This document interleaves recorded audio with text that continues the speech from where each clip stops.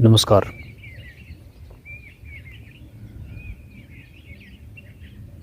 भारत की जो बॉलीवुड गैंग एक मूवी बनाया है, उस मूवी का नाम है आदिपुरुष। मैं आज आपको आदिपुरुष का मूवी बनाने के पीछे वो कौन सी वजह और क्या खास कारण उसमें रहा होगा, मैं आज उसके बारे में थोड़ी सी संक्षिप्त में बताने का प्रयास करूंगा।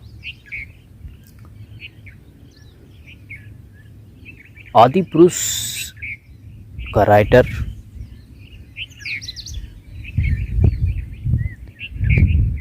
उसके कंसेप्ट को लिखने वाले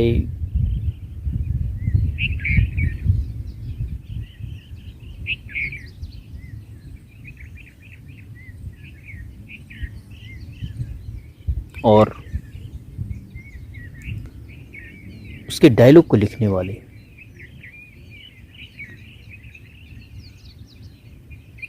भारत का एक जाना माना चेहरा,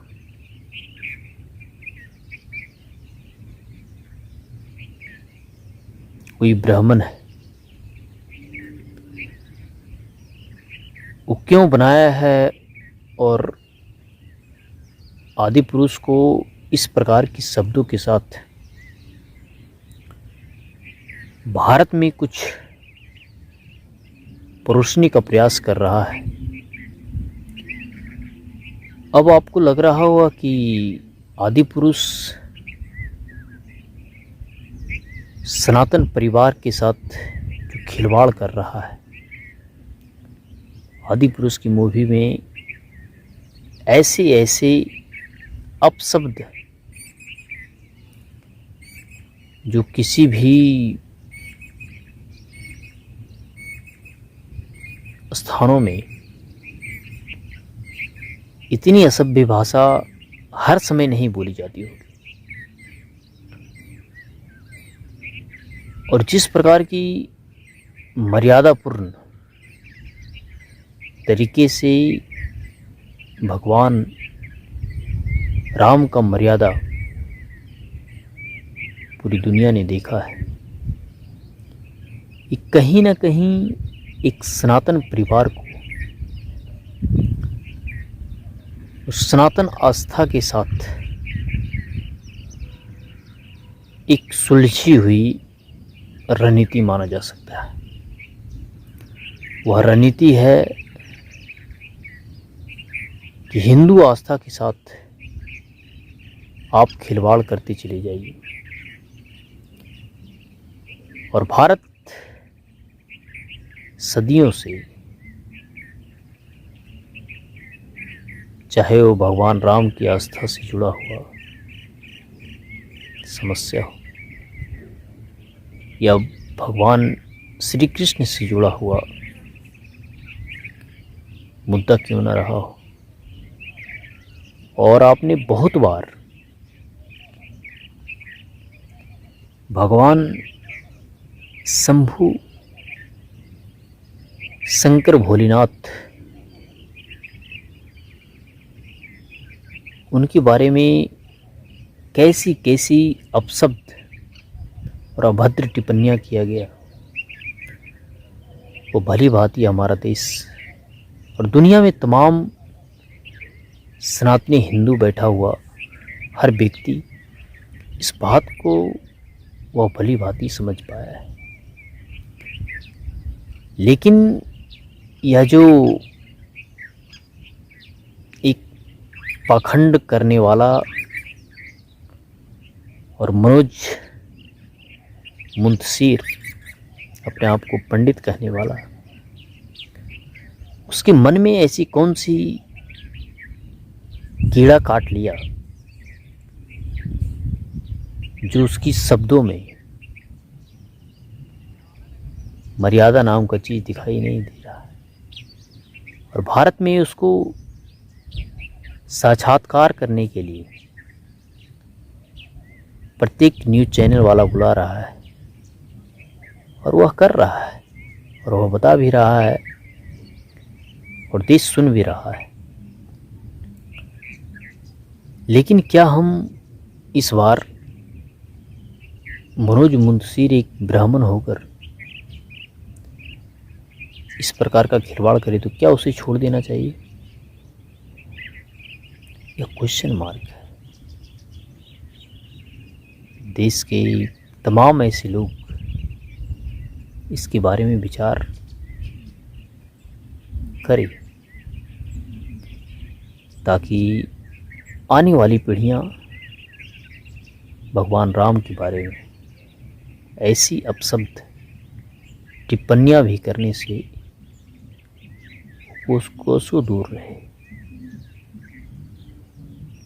एक चीज़ और आप देख रहे होंगे, या तो मनोज मुंशीर आदिपुरुष मूवी को बनाकर एक चीज और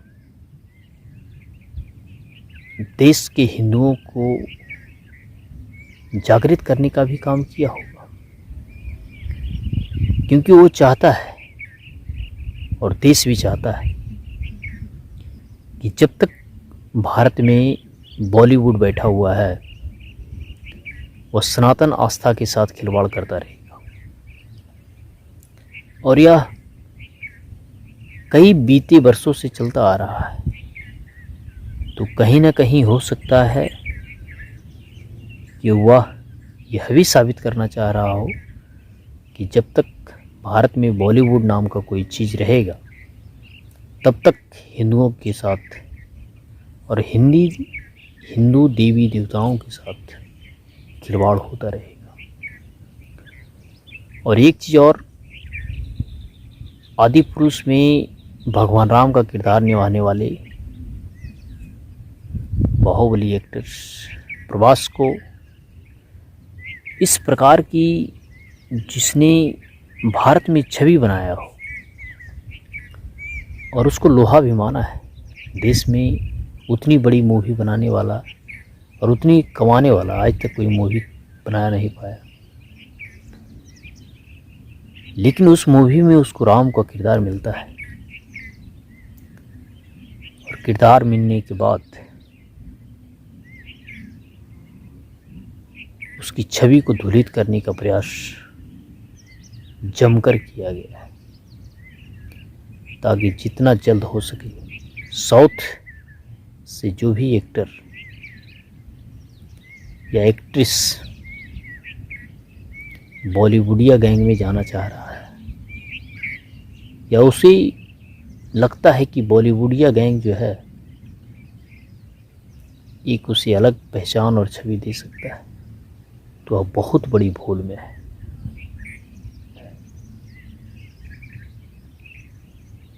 क्योंकि आदिपुरुष का जो मूवी है कितनी गंदगी से भरा पड़ा, चमगादड़ों पे उड़ता हुआ रावण, हनुमान के किरदार में अभद्रवानियाँ,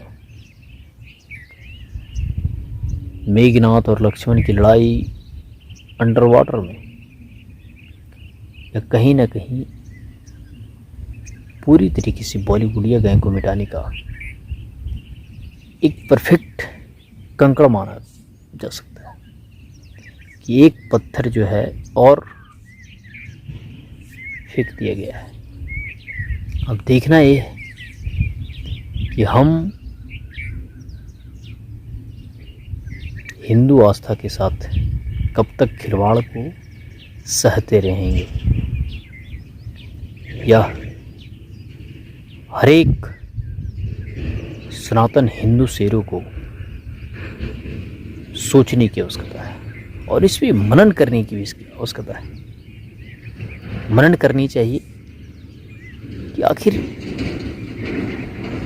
क्या वजह है जो आज भले ही मौज के साथ कोई भी खिलवाड़ करके चला जा रहा है। मैं तो कहूँगा कि आदि पुरुष का मूवी जो है यह हिंदू आस्था के साथ खिलवाड़ करना नहीं है, बल्कि यह प्रवास की कैरियर को भी समाप्त करने का एक